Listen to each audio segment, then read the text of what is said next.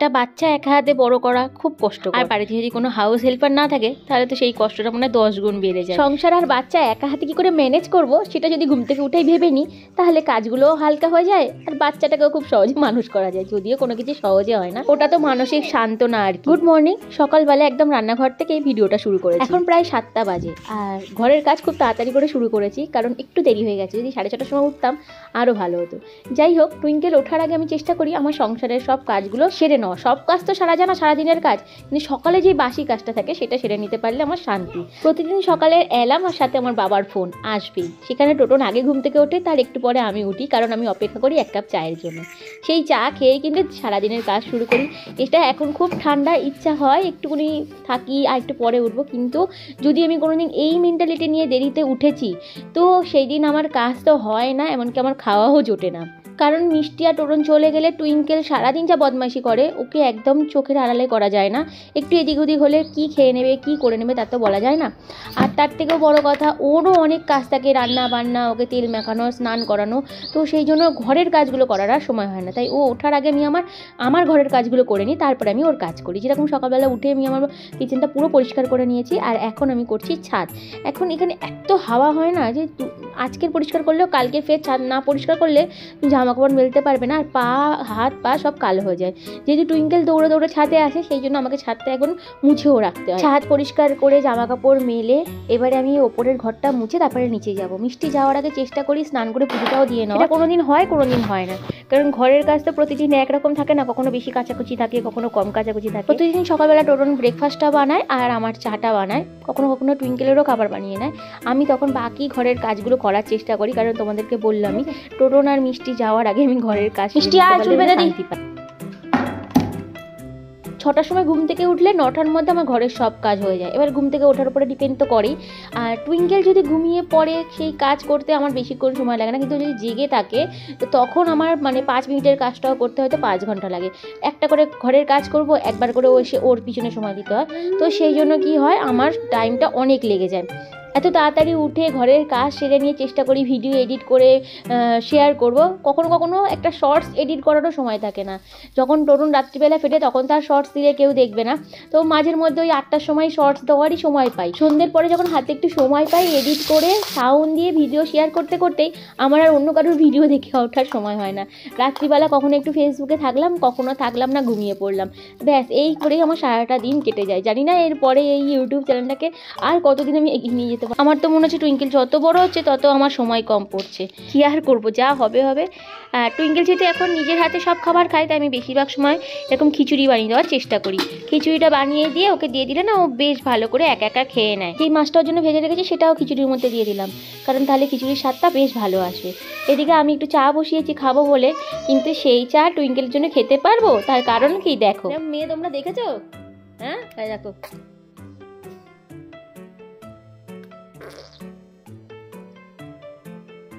চা খাচ্ছি, সারা গা তো ভেজাচ্ছে।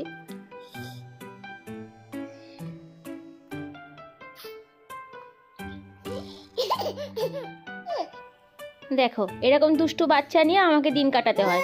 একটু এদিক থেকে ওদিক হলেই যে কি করে নেয় ঘর বাড়ি তার আর বলার উপায় নেই, কত সামলিয়ে সরিয়ে রাখা যায়। তাই তো তোমাদেরকে বললাম যতক্ষণ ও ঘুমায় ততক্ষণ আমি ঘরের কাজ করতে পারি। দুপুরের ঘুমটা বড় জোর 1 ঘন্টা, তার বেশি একদমই ঘুমায়। তবে হ্যাঁ, ওকে জব্দ করার আমার কাছে একটা উপায় আছে, দাঁড়াও সেটাকে বার করি। দুষ্টুমি তো, দুষ্টুমি তো, হ্যাঁ দুষ্টুমি তো।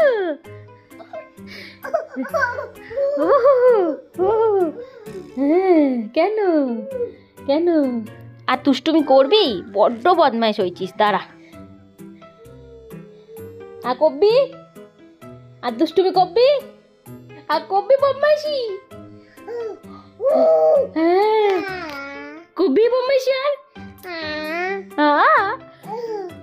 বড্ড উৎপাত করে।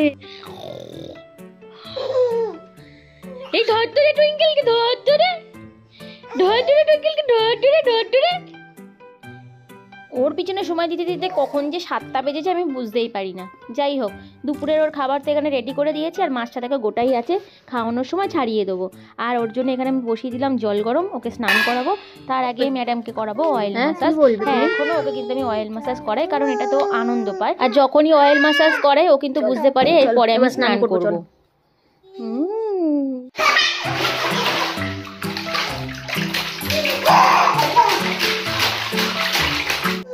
হ্যাঁ, একটু আগে তো ভয় পালাচ্ছিলিস।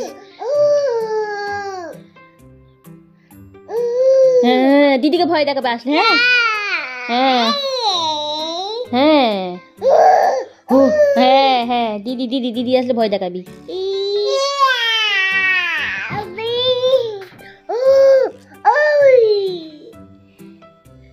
স্নান করে খেয়ে খেলাধুলা করলো, যেই সাপটাকে একটু আগে ভয় পাচ্ছিল সেটাকে নিয়ে, আর এবারে পড়েছে ঘুমিয়ে। ঘর শান্তি, তবে এই শান্তিটা বেশিক্ষণের জন্য একদমই নয়, মাত্র 1 ঘন্টার জন্য।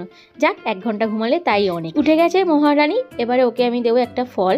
কখনো কমলা লেবু দিয়ে থাকি, কখনো আপেল, কখনো পেয়ারা, কখনো পাকা পেঁপে। আজকে যেরকম আপেল আর খেজুর দিচ্ছি, যেহেতু ও আগে ওর স্মুদি খেত বা ছাতুর সাথে রুটির সাথে আমি ওকে আপেল দিয়ে দিতাম, কিন্তু এখন ও আর ওরকম স্মুদি কিছু খায় না, সব সলিড খায়, তাই ওকে আমি ফলটাকে গোটাই দিয়ে দিই, ও খেয়েও নেয়। আম করো ঝপঝপ করে। হ্যাঁ, কি পটি করেছো? কি হয়েছে? পকি পকি? আচ্ছা ঠিক আছে, পটি করেছিল বলে খাচ্ছিল না। তো যাই হোক, আমার ওর খাওয়ানোর অত সমস্যা লাগে না, কিন্তু ওর পটি পরিষ্কার করতে আমার বিরক্ত লাগে। সারাদিনে যে 1 বার পটি করে তা একদমই নয়, সারাদিনে 3 বার, কোনো দিনে 4 বার। তবে হ্যাঁ, পেট খারাপ না, কিন্তু ও ছোট থেকে ও 3 বার পটি করবেই। কি খাচ্ছিস? টক? আপেলটা টক আর নাকি ভালো লাগছে না? গুড ইভিনিং, বিকেলবেলা চলে এসেছে ডাল মাখনি, দারুণ খেতে লেগেছে এটা। এগুলো পারেও বেশ ভালো। আর এখানে আমি টুইঙ্কেলের জন্য বানাচ্ছি রুটি। বিকেলবেলা একটা রুটি করে ওপরে যদি ঘি লাগিয়ে দিও খেয়ে নেয়, আর এটা শিখেছে যাদের বাড়িতে যায় তাদের বাড়ি থেকে। বাচ্চারা খেতে শিখলেই মায়ের শান্তি, সেটা যেই বাড়ি থেকেই হোক না কেন। বললাম না কখন 7টা বেজে যায় বুঝতেই পারি না। টোটন চলে এসেছে এদিকে অফিস থেকে, হাতে মিষ্টির বাক্স নিয়ে। দে মিষ্টি কাছে দে, মিষ্টি কাছে দে। মিষ্টি? ও আচ্ছা।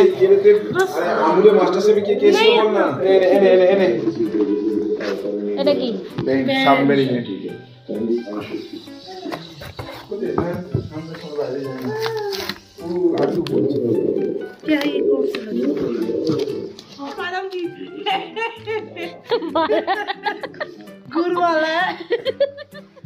বাদাম চিট খাও?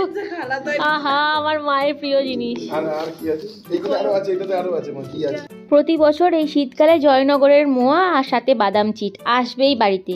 সেজমেশো, রিজু, টোটন সবাই নিয়ে আসতো, আর আমাদের এটা খেতে বেশ ভালো লাগে। আর আমার ইচ্ছা হচ্ছিল কদিন ওর খেতে, তাই আমি নিজেই বাদাম ছাড়াচ্ছিলাম বানাবো বলে। সেই দিনই নিয়ে এসেছে বলে মিষ্টি এত হাসছে। তবে যাই আসুক না কেন, আর একজন তো তার বাবাকেই চাই, সে মিষ্টি টিষ্টির কোনো কিছুর প্রয়োজন নেই। দেখে মনে হচ্ছে বাবা কতদিন মেয়েকে ছাড়া আলাদা ছিল। বেশি বেশি সারাদিন যতই ভালোবাসি না কেন, বাবা আসলে যেন একটু বেশিই দেখায়। এদিকে আর একজন মিষ্টি খায়নি তো কি হয়েছে, মিষ্টি না পেলেও চলবে, কিন্তু তার ব্যাগটা খুব পছন্দ হয়েছে। সারা ঘর ব্যাগটা নিয়ে ঘুরে বেড়াচ্ছে। মাম্মা দেখো, ও বাই বাই করে দেবে। Bye bye bye bye bye bye. কিন্তু কত দূর যাচ্ছ বাবা? কি সুন্দর তোমার ব্যাগটা। কাশ্মীরে যাবে নাকি?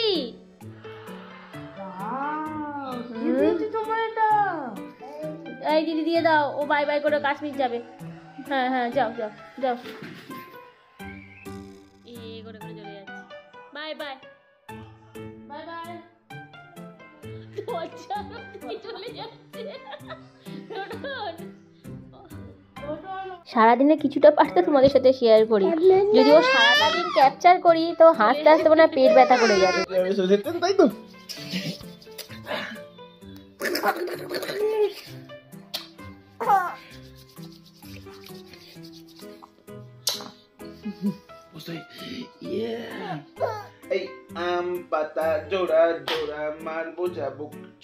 বাবা, তোরা মানুষের শুরু করা, আগে আমি মেয়ের বিছানাটা করে নি। তোরা যা পারি ঘোড়া চড়া, গাধা চড়া, আমার কোনো ছাগল চড়া, গরু চড়া, আমাকে চড়া, আমাকে এবার শুতে দে। তোর মেয়ে আমাকে যা চড়াচ্ছে।